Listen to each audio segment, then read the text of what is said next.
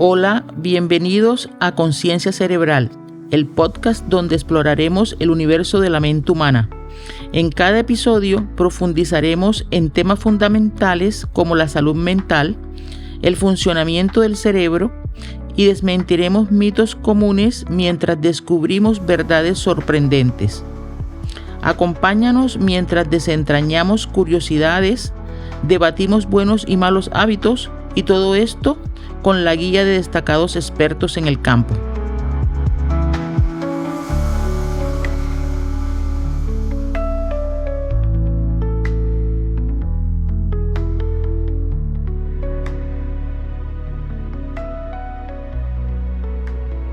Muy buenos días, un cordial saludo a todos los escuchas de este podcast. En el día de hoy tenemos una invitada súper especial. Es una profesional, docente universitaria, médica, la doctora Margarita María Ochoa, médica doctorada en medicina tropical y enfermedades infecciosas, docente universitaria de la Universidad de Cartagena, docente universitaria de la Universidad del Sinú, seccional Cartagena. Tiene un postdoctorado de medicina tropical de la Universidad del Atlántico y creo que es la persona que nos puede aclarar y nos puede enseñar muchas cosas con su gran experiencia y grandes conocimientos.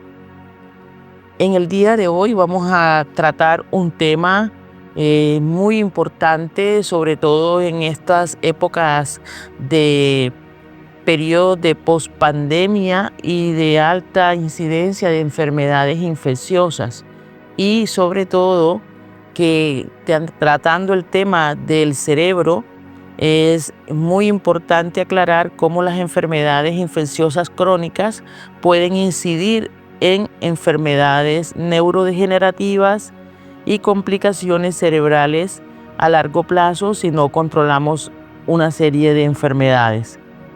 Doctora, bienvenida al podcast Conciencia Cerebral. Este es su casa. Un cordial saludo y de antemano muchas gracias por aceptar esta invitación a aprender con usted y bueno, a aclararnos muchas dudas al respecto.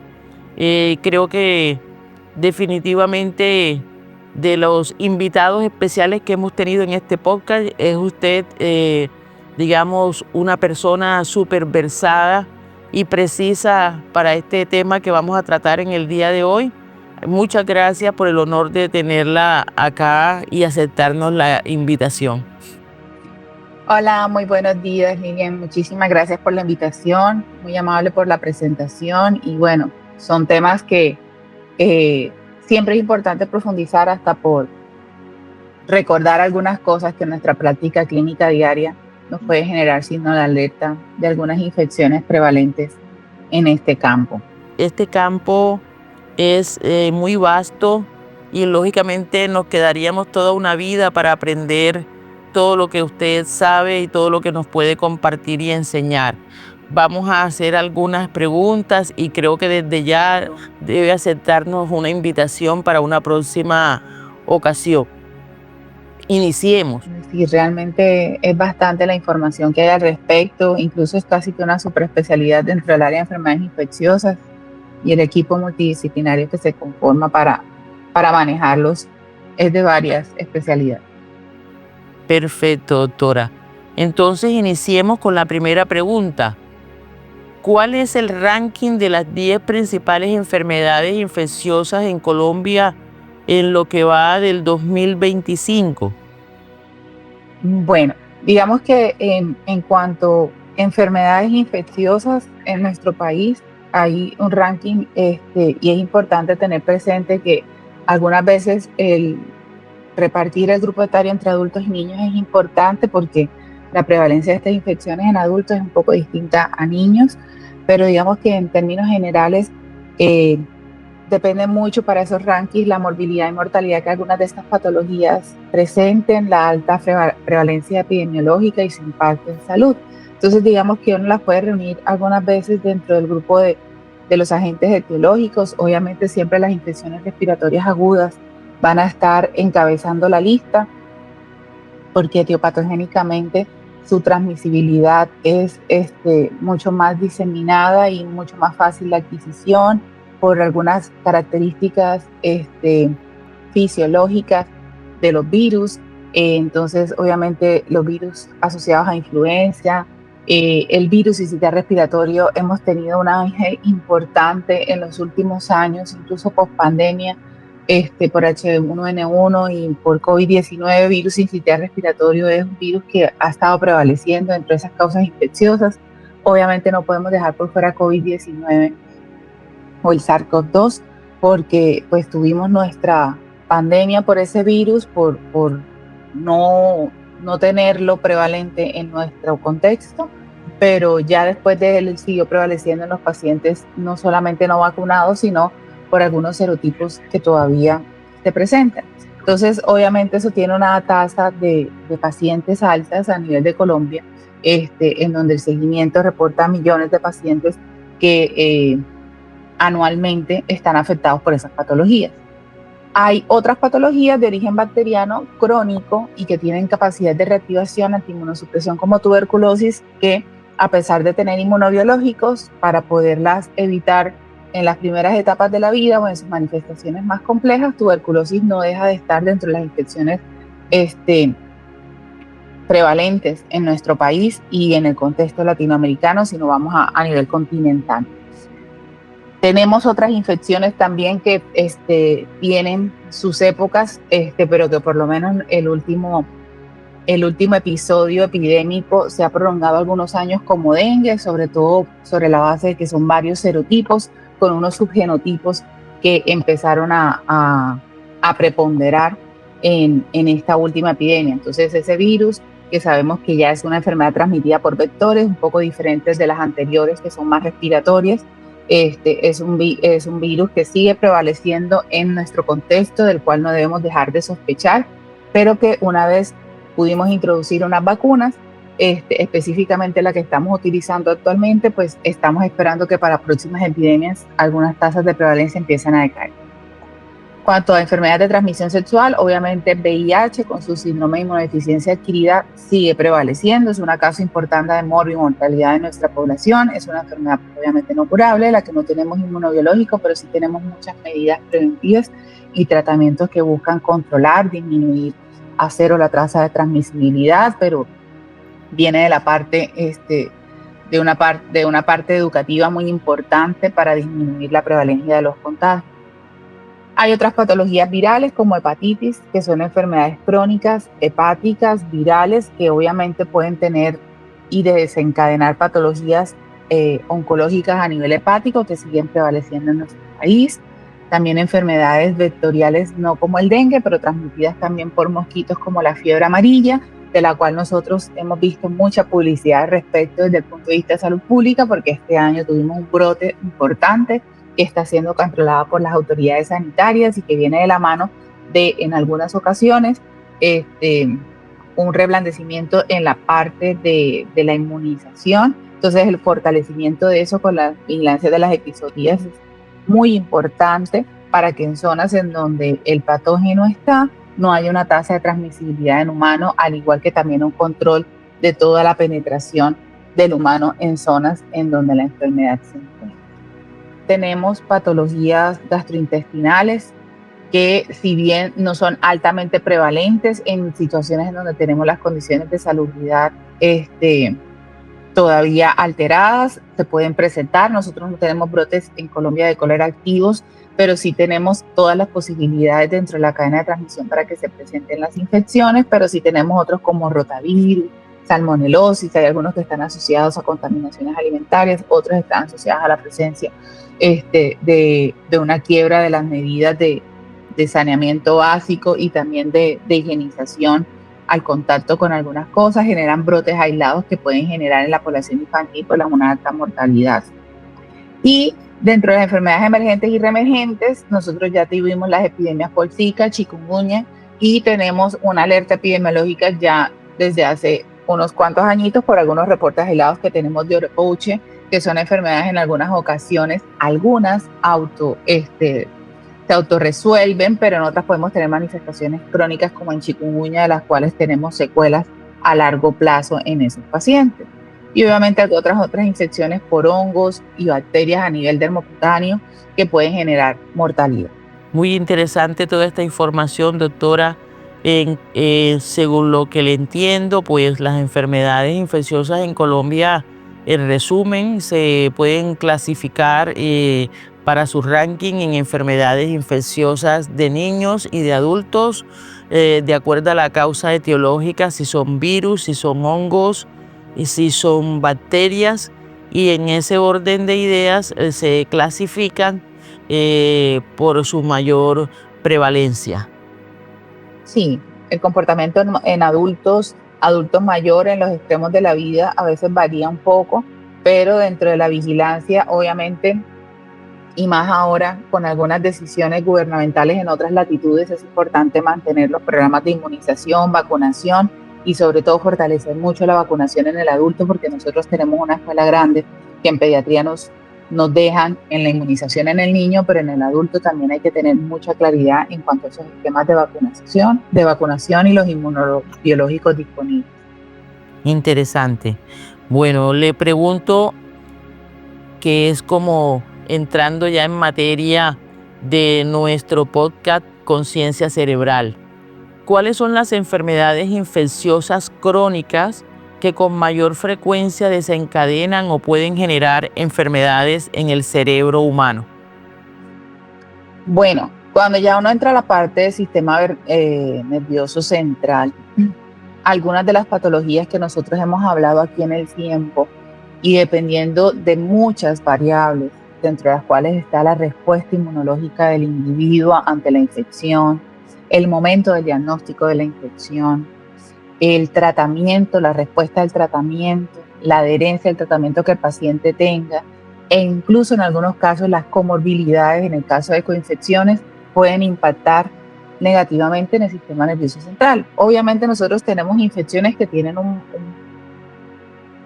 un blanco muy específico, un tropismo por sistema nervioso central, entonces las meningitis infecciosas, algunas virales, pero también tenemos algunas otras patologías virales como el virus de la inmunodeficiencia humana que pueden generar un compromiso del sistema nervioso central con infecciones que pueden afectar en distintas etapas a este sistema.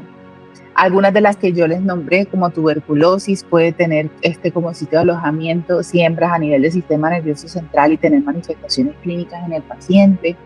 Hay infecciones de transmisión sexual como la infección sifilítica, en donde podemos tener cuadros de neurolúes, neurosífilis e incluso pacientes que tardíamente, por un inadecuado diagnóstico, un mal manejo, pueden tener manifestaciones neurológicas que debuten o sean esos primeros signos y síntomas del diagnóstico de la infección.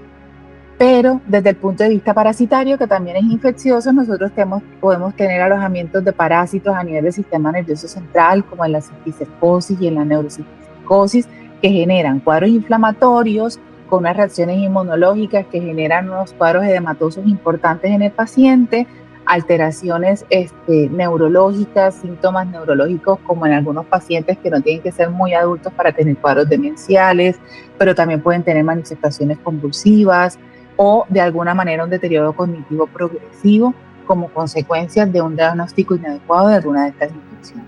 Excelente, doctora, muy clara y muy precisa. Nosotros acá queremos hacer mucho énfasis en las infecciones virales. Ya le entendimos claramente que pues las manifestaciones neurológicas pueden ser virales, bacterianas, parasitarias, y yo por eso le quiero preguntar, ¿cuál es el listado de los principales virus que pueden generar enfermedades neurodegenerativas, por ejemplo, tipo Alzheimer? Bueno, Alzheimer es una enfermedad prevalente de la cual conocemos bastante hoy día por todas las iniciativas en investigación para conocer de ese deterioro cognitivo que se puede presentar en ciertos grupos poblacionales en alguna etapa de la vida. Por eso no observamos los cuadros de Alzheimer en población muy joven, sino que es en cierta población. Y dentro del estudio de la historia natural de algunas de esas enfermedades, se ha encontrado algún tipo de asociación con algunas patologías virales y de alguna manera una posible relación con la enfermedad de Alzheimer.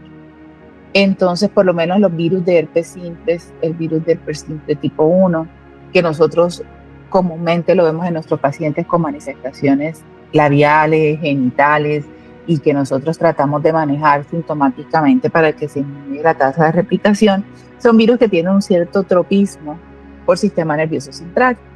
Y en algunos estudios se han encontrado positivos pacientes en donde hay la presencia de esas placas beta-amiloides que son características del Alzheimer, junto con la presencia del cuadro viral. Entonces, como ese virus tiene una capacidad de presentar, de que una vez el paciente presente sintomatología precontagio del virus, permanecer en el organismo y reactivarse esporádicamente. Entonces, digamos que esa capacidad que él tiene del tropismo por las células del sistema nervioso central y esa capacidad de reactivarse genera cuadros inflamatorios que pueden ser crónicos, precisamente porque en algunas ocasiones, si hay inmunosupresión en el paciente, si hay condiciones o comorbilidades que alteran la respuesta del sistema inmune, él puede generar reactivación de esos focos. Con eso, pues obviamente va a alterar algunos procesos celulares y citoquímicos que va a hacer que esas proteínas que hacen y generan esas placas neurodegenerativas empiecen a tener acumulaciones tóxicas características de la enfermedad de Alzheimer. Dentro de ese mismo grupo están, y casi siempre cuando los estudiamos desde el punto infeccioso, nosotros tenemos herpes simple, herpes zóster, varicela zóster. Entonces, el virus de la varicela zóster, y entrando en esos cuadros virales, es otro virus que también tiene esa capacidad de permanecer y de generar daño a nivel del sistema nervioso central. Son virus que son los que se relacionan con lo que de pronto en la infancia podemos tener como los cuadros de varicela, de herpes zóster, de herpes zóster, y esas capacidades silentes que tiene el virus pueden y se están asociando hacia futuro con problemas de memoria y de demencia por ese tropismo que tiene el virus. Entonces, se sabe que cuando los programas de inmunización se generan adecuadamente y se hace una adecuada inmunización del adulto y del niño, pues de alguna manera estadísticamente se ha observado una disminución de riesgo en aquellas personas que tengan una predisposición a tener la patología de Alzheimer. No lo nombramos entre los más prevalentes de esos primeros días que me preguntó, pero citomegalovirus también es un virus que está asociado a inflamación crónica y daño neuronal en pacientes que lo padecen. Y otros que sí nombramos como virus de la hepatitis, pero en este caso la hepatitis C y la hepatitis B, pueden estar asociados como factores de riesgo para generar algún tipo de neurodegeneración en los pacientes que lo padecen.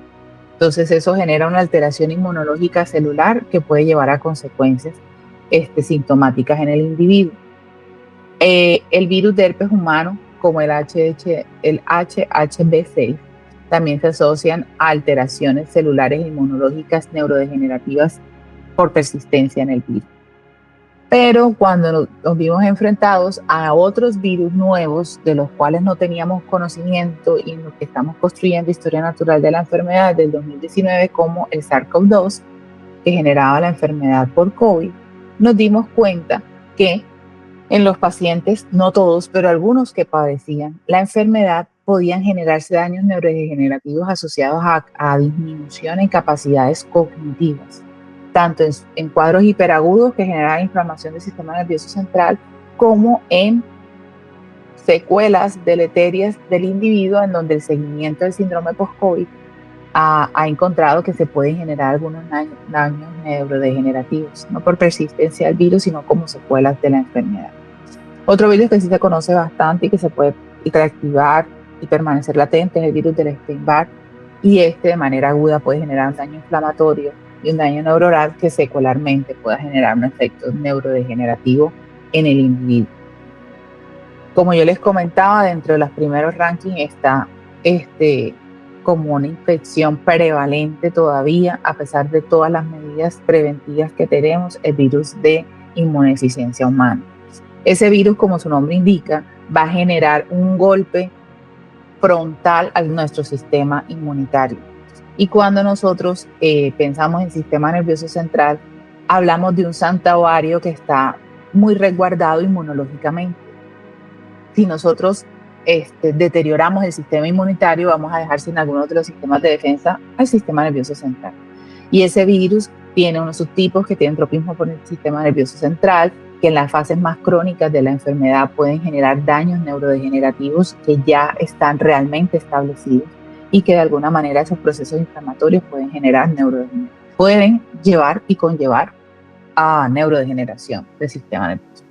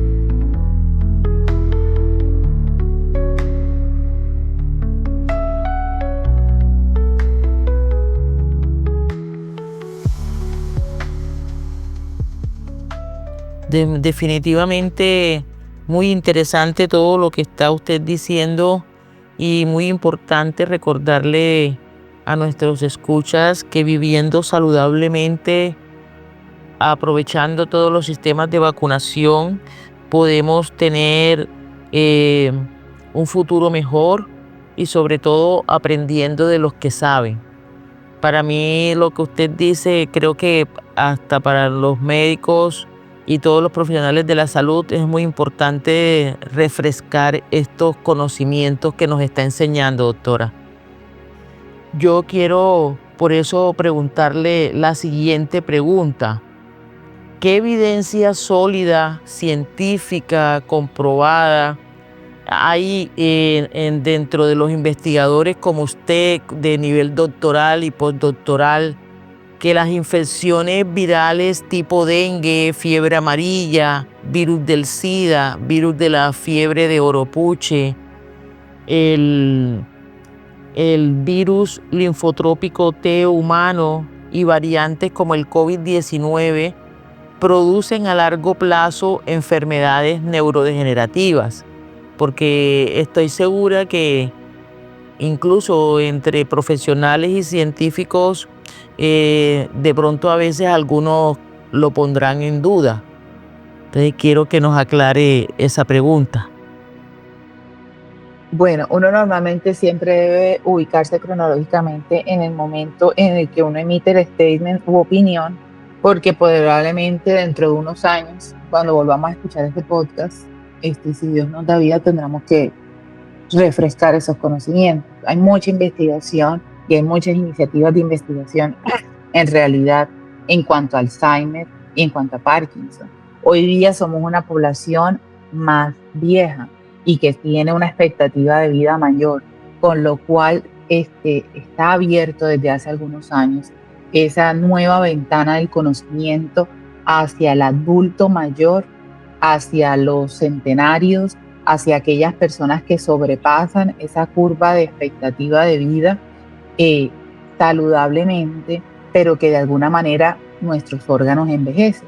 Entonces, obviamente, mucha de la investigación alrededor de estas patologías y de este grupito particular que usted me nombra, dengue, fiebre amarilla, Oropouche, VIH, es una ventana de un grupo de enfermedades que han sido ampliamente estudiadas en sus fases más agudas. Algunas de ellas poco cronifican. En el VIH sí ya tenemos pacientes que han sobrepasado la barrera de muchos años viviendo con la enfermedad y con tratamientos antirretrovirales efectivos que consiguen que su carga viral les permita sobrepasar esa expectativa de vida.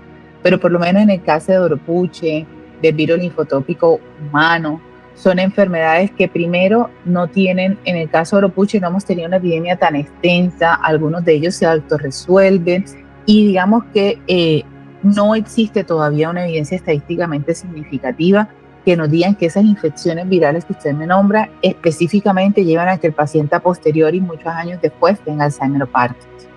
Solamente quedémonos de pronto con SARS-CoV-2 o COVID. Nosotros tuvimos la epidemia, en realidad fue alrededor de 2019 y estamos a 2025 terminándolo prácticamente. Entonces, digamos que esa cohorte de pacientes que de alguna manera estuvo expuesta en una alta prevalencia o frecuencia al virus no ha pasado los 20, 30 o 40 años. Así que las consecuencias deleterias para el individuo, solamente estableciendo una cohorte prospectiva a largo plazo, no las conocemos. Obviamente uno puede hacer en laboratorios modelos de investigación a nivel celular para ver si hay algún tipo de alteración, y esos trabajos se están llevando a cabo, pero no existe esa evidencia tan sólida que nos permita hoy hacer esa afirmación tan tajante, dejando los puntos suspensivos abiertos de aquellos trabajos que se están desarrollando en tratar de mirar si genéticamente existe algún tipo de relación, si efectivamente eso se puede traducir a un cuadro sintomático o a un diagnóstico etiológico a futuro. Correcto, doctora, muy claro su respuesta. Continuando con este maravilloso podcast, existen una serie de enfermedades prevalentes del adulto que ya lo hemos estudiado, lo hemos enseñado, hemos compartido, que inciden, como todo en medicina, en las sucesivas consecuencias, si no se controlan, de afectar el cerebro, como son las enfermedades crónicas no transmisibles. En este caso, por ejemplo, hipertensión, diabetes, hiperlipidemia, toda esta serie de enfermedades que conllevan a inflamación sistémica crónica. Por eso le pregunto, doctora, ¿cómo influye la inflamación sistémica crónica causada por las enfermedades crónicas no transmisibles en la vulnerabilidad del sistema nervioso a infecciones virales que puedan afectarlo de manera crónica y que conlleven consecuencias cognitivas o deterioros neurodegenerativos? Bueno, entonces aquí ya vamos a entrar en un terreno adicional y de alguna manera yo lo voy como comentando, y es que nosotros somos un todo. Y muchas veces cuando una enfermedad viral nos ataca, pues nos puede atacar como una enfermedad respiratoria por proximidad con una persona sintomática, y yo, al no tener ningún tipo de mecanismo de defensa, bien sea porque no tengo anticuerpos, porque no he sido vacunado, porque no he desarrollado anticuerpos a pesar de la inmunización, me veo enfrentado a esos patógenos. Pero resulta que cuando ese patógeno entra en mi organismo, él se va a ver va a encontrar un escenario en el cual, dependiendo de algunas variables, se desarrolla una enfermedad, y algunas de ellas son las comorbilidades. Entonces, digamos que cuando yo tengo comorbilidades previas o patologías crónicas no transmisibles como las que usted nombra, y otra que es una pandemia sin control que tenemos, como el síndrome metabólico a nivel de obesidad, quiere decir que ese virus, esa bacteria, ese patógeno va a llegar a un sistema que está crónicamente inflamado. Y la inflamación que se genera por esas patologías no es solamente a nivel de los órganos blancos más comunes que ella afecta. El síndrome metabólico o inflamatorio afecta todo el sistema de los pies a la cabeza. ¿Eso qué genera? Eso, en algunas ocasiones, cuando no tienen un control adecuado o no se ha conseguido un manejo adecuado de esas patologías, va a tener un sistema inmunológico en constante alerta frente a un proceso inflamatorio, algunas veces no infeccioso, que de alguna manera afecta muchas capacidades en el individuo, incluyendo las enfermedades endocrinas. Entonces eso afecta cognición, afecta toda la capacidad que tenga el sistema inmunológico para protegernos frente a nuevos agentes.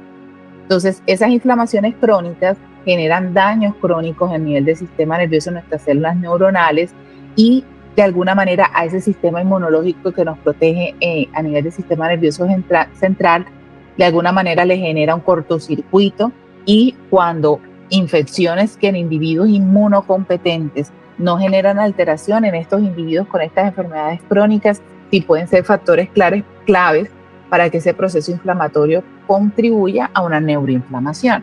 y que si la persona tiene algunos otros factores de riesgo para que se presenten enfermedades neurodegenerativas como el Alzheimer, pues se manifiesten más agudamente.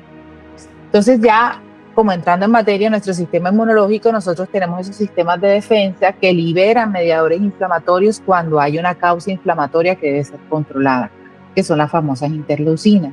Entonces esas interleucinas, si hay por lo menos un agente nocivo, infeccioso, y ellas deben ser liberadas para tratar de controlarlo, como efecto colateral o como secuela, pueden dejar un daño neuronal crónico que genere a largo plazo una degeneración cognitiva en el individuo, que cuando la persona, en el mejor de los casos, supere ese cuadro, de alguna manera necesita una rehabilitación.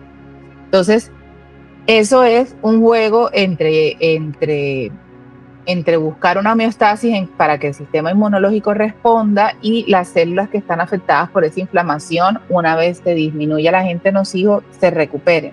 Entonces eso lleva a que esa inflamación sistémica crónica genere una susceptibilidad a que cada vez que un agente infeccioso, que a una persona inmunocompetente no lo afecte tan crudamente, a esta persona sí le genere un daño a nivel del sistema nervioso central que afecte más sus capacidades cognitivas. Si a eso le sumamos que la persona se vea enfrentada a virus que tengan un tropismo muy específico neurológico, pues obviamente esa capacidad de infección, la tasa de replicación y la contagiosidad del virus frente a un sistema inmunológico que esté flaco, pues va a tener consecuencias directas e indirectas ya en la parte celular nerviosa, como en la microglía. Entonces, obviamente se va a generar toda una tormenta, no solo de citoquinas, sino de que a nivel del sistema nervioso central, cualquier tipo de infección viral, parasitaria o bacteriana, y una perpetuación de la neuroinflamación genera un daño cognitivo, neurodegenerativo, crónico, y en ese sentido, pues todas las estrategias van apuntando a que todas las herramientas que nosotros tengamos desde el punto de vista de control de esas infecciones en poblaciones de riesgo se den. Entonces, por eso cuando nosotros nos vemos enfrentados al manejo del paciente, por ejemplo, anciano, nosotros tenemos que tener muy claro que existe toda una batería de herramientas que se pueden utilizar desde el punto de vista de un diagnóstico precoz de las enfermedades, en entender toda la inmunología de patologías crónicas como hipertensión, como diabetes, como obesidad en algunos pacientes, enfermedad pulmonar obstructiva crónica. Cuando nuestros sistemas no solamente están viejos, sino enfermos crónicamente, la respuesta frente a infecciones siempre va a ser mucho menor. Que lo he dicho reiterativamente, el sistema de inmunización, entonces tener muy claro qué vacunas hay, cuáles se contraindican, cuáles debe tener esa persona, todo el sistema de cuidados de la población que tiene por lo menos enfermedades crónicas no infecciosas y que debe tener un ambiente favorecedor para que ciertas patologías no las presenten. Entonces todo eso de alguna manera lo que busca es proteger y controlar los cuadros inflamatorios crónicos a nivel del sistema nervioso central y afectar en lo menor posible la cognición, que a la final es una capacidad que tiene el individuo también de calidad de vida frente a las enfermedades que le acontecen. Muy clara la respuesta, doctora. Estamos acá, pero mejor dicho, recibiendo información precisa que espero que le guste a todos nuestros oyentes. Como el tiempo en este tipo de programas educativos para la comunidad en general es oro, nosotros queremos ser lo más didáctico posibles. Desde ya la invito a que nos acompañe en un próximo capítulo. Y ya para finalizar, quiero hacerle como 2 preguntas en una para que a nuestros escuchas del podcast les quede muy claro. ¿Qué cuidados general y cotidianamente deben realizar? ¿Qué hábitos deben practicar para evitar el deterioro de la memoria por causa de enfermedades infecciosas? Y sobre todo, que esas enfermedades infecciosas, quién las trata en Colombia, cómo deben acudir al médico, con quién deben ser tratados para que busquen atención oportuna. Y sobre todo yo quisiera que usted le dijera a los escuchas de nuestro podcast ¿cuáles son los mitos más frecuentes que existen sobre este tema? Y usted en su sabiduría les desmitifique esos mitos. Bueno, digamos que como tocamos un tema pues, muy particular, digamos que algunas medidas de cuidado son muy generales para las enfermedades infecciosas, pero por lo general nosotros dentro del marco de hábitos saludables que debe tener un individuo, y sobre todo cuando hacemos atención de pacientes, en el caso mío, en edad joven, adulta e incluso adolescentes, es tratar de establecer y de tener muy claro que nuestro cuerpo tiene una fecha de caducidad y que para llegar a esa fecha de caducidad de la mejor forma y más en una comunidad en la que nos encontramos ahora inmersos, en donde realmente lo que queremos es cada vez acortar menos el envejecimiento, comenzar de la manera más precoz es mejor. Entonces, realmente el curso de la vida de un individuo desde la infancia hasta la edad adulta y la vejez debe ser un continuo. Y antes teníamos una educación distinta, o incluso si vemos en el pasado, nuestras poblaciones y grupos poblacionales se cuidaban muy poco en esa ventana de tiempo en donde garantizar que la mayoría de nuestros sistemas estén funcionando bien hacen que podamos tener una longevidad mayor. Entonces es obvio que los estilos de vida saludable en general y todos aquellos hábitos saludables que estimulen nuestra capacidad cognitiva son completamente recomendados. Y hay uno que pareciera mentira, pero que sí es muy útil, y es la parte de la educación. Que nuestras poblaciones tengan algún grado de escolaridad, de que puedan completar sus ciclos básicos de educación, van a generar una serie de entrenamientos cognitivos que les permiten enfrentar los retos de la vida de una manera distinta. Y ese entrenamiento cognitivo genera algún tipo de salud cerebral para las personas. Entonces, en enfermedades infecciosas el conocimiento es clave. Si yo sé que efectivamente hay una gran cantidad de agentes infecciosos que con medidas tan sencillas como lavarme las manos antes de tomar los alimentos, higienizar muy adecuadamente mis alimentos, tratar de mantener un contacto lo más lejano posible o lo más inteligente posible de personas que se encuentren contagiadas con ciertas patologías, pues obviamente yo voy a tumbar una barrera grande en relación a la contagiosidad de ciertos patógenos. Pero también hay otros que tienen mucho que ver con nuestro comportamiento en esos estilos de vida saludable. Entonces, una vida sexual responsable, una vida sexual saludable, unos esquemas de vacunación al día, teniendo muy claro que muchas de esas inmunizaciones que protegen sobre buena parte de esas patologías infecciosas son de acceso libre en nuestro país y en Colombia, donde estamos desarrollando pues el podcast. Sabemos que a largo plazo no vamos a tener una afectación del sistema nervioso central. Asistir a nuestras consultas médicas profilácticas es la consulta del médico, en donde yo no voy, sino es a mirar cómo está mi salud, a tener controles médicos para saber cómo está caminando todo en mi sistema. Le permiten a un médico familiar, a ese médico internista en el adulto o al médico pediatra ir siguiendo un curso de signos y síntomas que pueda tener un individuo que, si bien no le generan una sintomatología aguda persistente, sí pueden ser marcadores de una enfermedad a largo plazo. Dentro de esas historias clínicas, para ya los profesionales de la salud hay que hacer una adecuada anamnesis del paciente. Nuestros pacientes no vienen a nuestra consulta siempre porque están enfermos, a veces vienen a ver cómo están. Entonces, hacer una historia clínica muy completa, con una historia clínica familiar, heredofamiliar, de ese árbol genealógico para saber qué enfermedades han ocurrido en ese grupo familiar, es importante para ver prospectivamente qué enfermedades yo debo controlar o qué exámenes debo mandar para diagnosticar precozmente al individuo. Obviamente, todos los factores que generen un estrés celular al sistema inmunológico no son exclusivamente infecciosos. Entonces, vivimos sobre una carga importante de estrés laboral, escolar, social, presión social, unos niveles de competitividad que como una población cada vez mayor estamos teniendo, que eso genera alteraciones citoquímicas en la célula y que pueden generar que nuestro sistema inmunológico esté inmunosuprimido ante la ausencia de cualquier infección, simple y llanamente por una inadecuada alimentación, por un exceso de trabajo y una falta de sueño o de descanso, y eso obviamente altera la salud neuronal e inmunológica de nuestro individuo.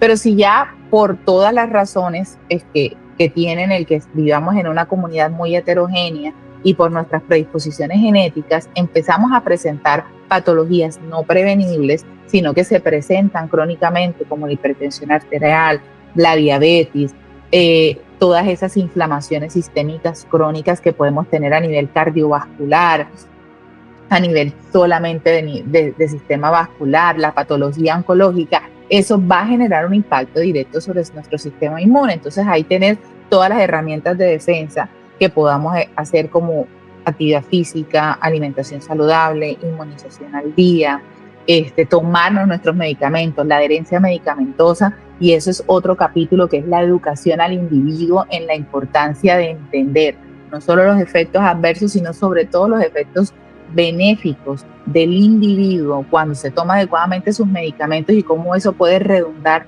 en la salud inmunológica y cerebral. Es importante porque uno debe conversar con su paciente y decirle, bueno, estos son el arsenal de medicamentos que te tienes que tomar y son para eso. Y hacer una educación en cuanto a la enfermedad. Por lo menos de mis colegas endocrinos aprendo mucho de esa educación en cuanto a la patología metabólica, no solamente de obesidad, sino endocrinológica. ¿Por qué?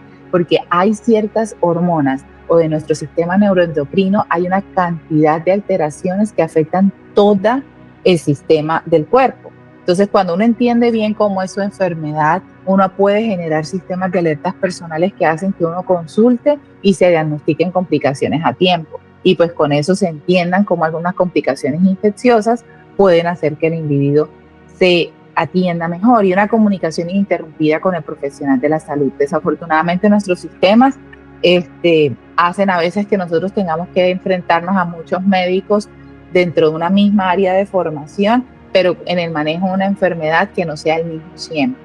Y eso hace que nosotros como profesionales tengamos muchas veces que iniciar el ejercicio médico muchas veces para conocer a un paciente que si lo viéramos por mucho tiempo, pues sería más fácil de abordar.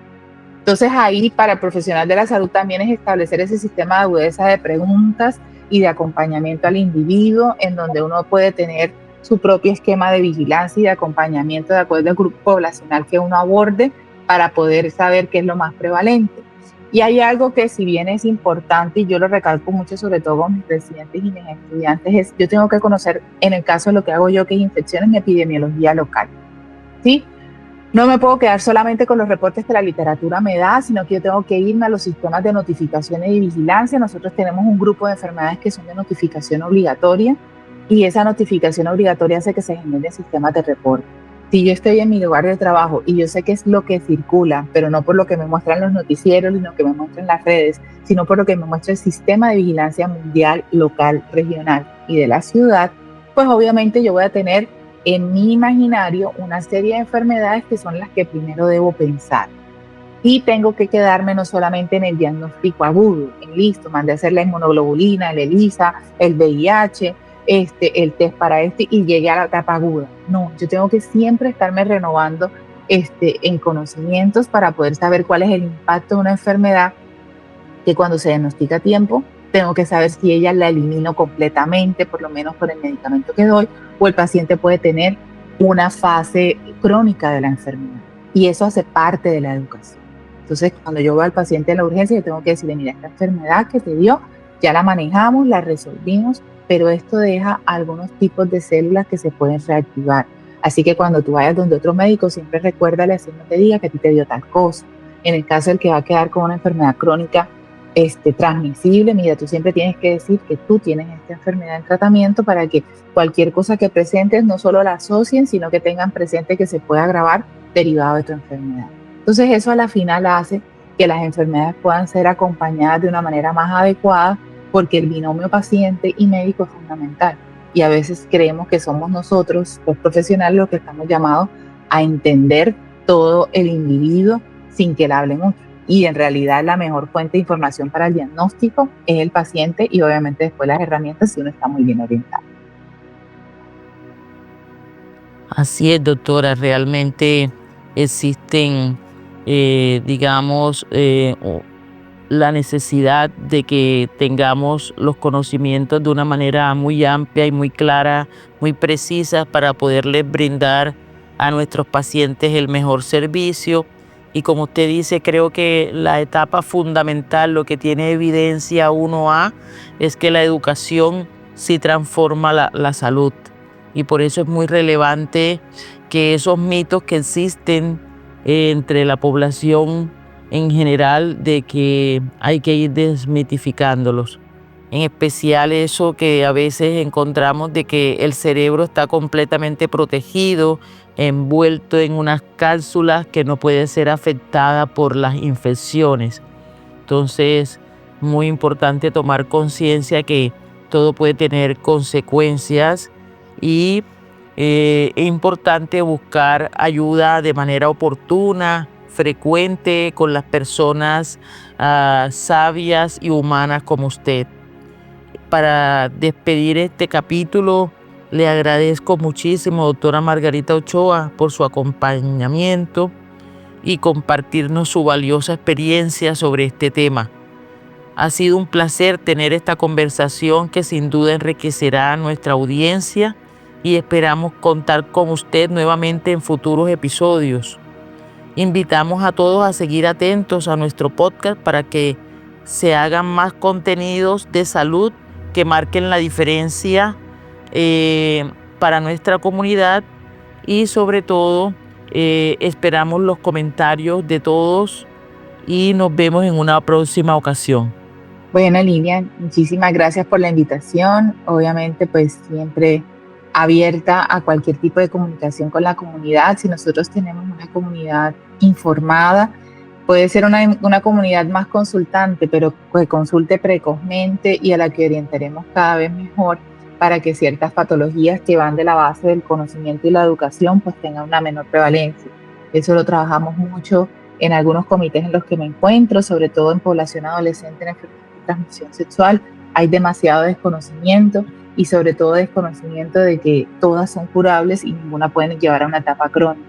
Entonces es muy claro que en el caso de este tema que nos trae hoy, que es el sistema nervioso central, hay que tener presente que si bien nuestro cerebro está muy bien protegido por una serie de herramientas que el sistema nos dio, él no es él es bastante vulnerable cuando ese sistema que lo protege se ve flanqueado, por lo menos en el caso de lo que trabajamos, que es enfermedades infecciosas. Entonces, una buena educación, el concepto de estilo de vida saludable no es ejercicio y comida exclusivamente, es toda un parangón de cosas en las que muchas de ellas también son que nos mostramos nuestro conocimiento de fuentes de información que sean las correctas, por los profesionales de la salud correctos.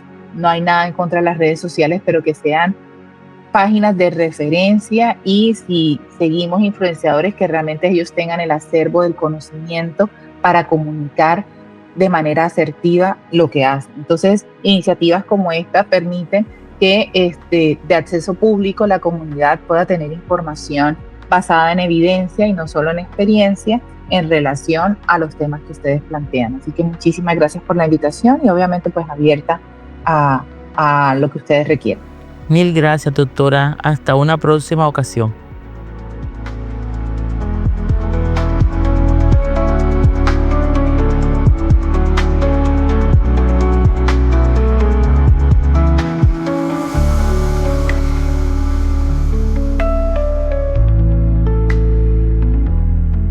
Gracias por escucharnos. Pueden escribirnos todas sus dudas y comentarios al correo concienciaymentealdía@gmail.com y al WhatsApp del número 314-823-6609. 314-823-6609.